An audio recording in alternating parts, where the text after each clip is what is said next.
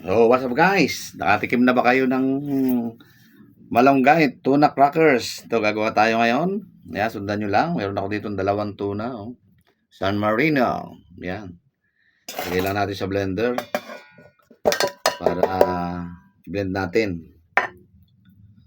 Yan po yung San Marino tuna.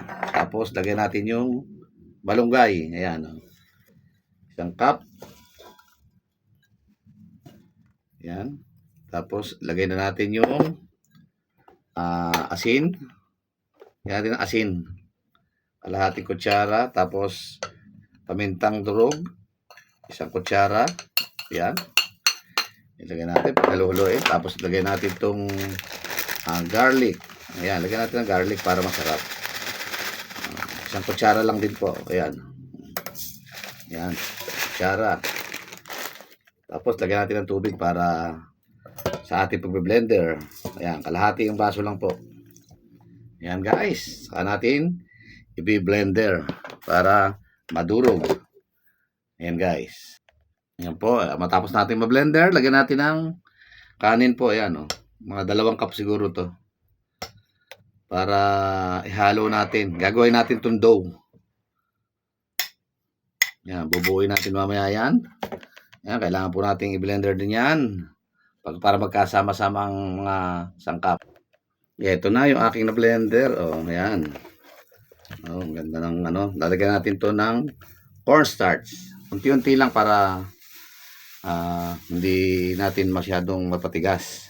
Gagawa tayo ng dough.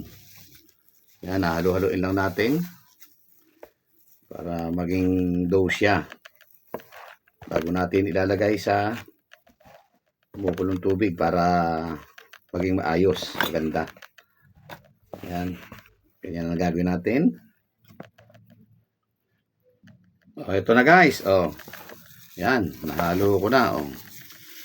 Maganda na. Ano natin to? Papahabain natin para ilalaga natin to para maluto. Ayan, gaganyanin natin pahaba para magandang tingnan at madaling ilagay sa paglulutuan natin guys. Ayan guys. Ito na guys, yung nagawa ko. Oh. Sasalang ko na. Nagpakulo na ako ng tubig. Tapos ilalagay na natin to. Yung aking ginawang dough. Ito. Ito yung dough. Ayan. Oh. Ayan. Ginawa kong ganyan para mas madali. Madaling ilagay sa tubig. Kasi mahirap pagkabuo. Mas maganda ganito lang. Ayan. Ilalagay lang natin siya dyan ng 30 to 45 minutes para maluto hanggang sa loob. Ayan guys, ganyan lang. Para maging dough. Yun. Okay, nailagyan natin. Antayin na lang tayo ng 30 to 45 minutes.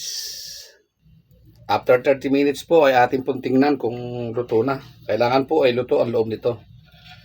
Para magandang ibilad. Tingnan natin kung luto na. Yun. Maganda yung texture niya. Oh. Luto na po yung loob.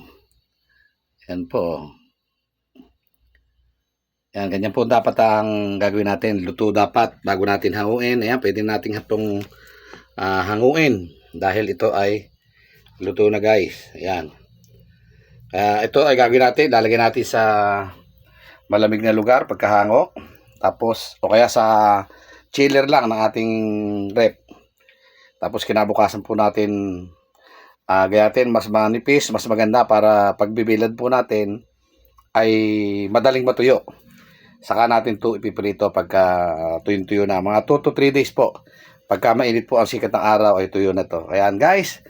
Sana may natutunan tayo sa paggawa ng malunggay tuna crackers. Salamat po.